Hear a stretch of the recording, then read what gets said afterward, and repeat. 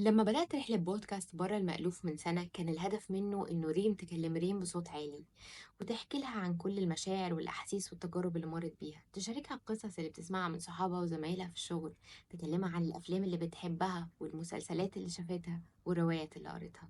كل دي حاجات بتشغل بالي وبتثير اهتمامي وبتاخد جزء كبير جدا من تفكيري، ووصلت إنها بقت بتاكل في روحي. عشان كده قررت أبدأ بودكاست بره المألوف وأحكي للناس كل الحاجات دي وأشارك معاهم التجارب.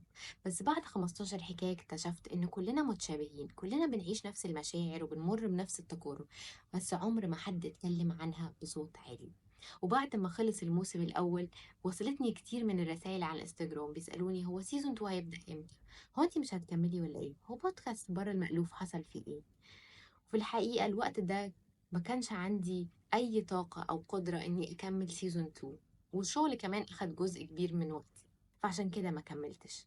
بس أنا جاية دلوقتي عشان أقول لكم إن بودكاست بره المألوف سيزون 2 راجع من تاني. المرة دي مش هكون لوحدي، هيكون معايا ضيوف ومختصين عشان نتكلم في كل الموضوعات اللي تهمكم بعمق.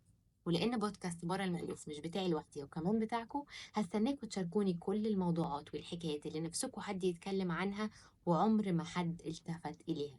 إحنا هنا في البودكاست هنتكلم عنها.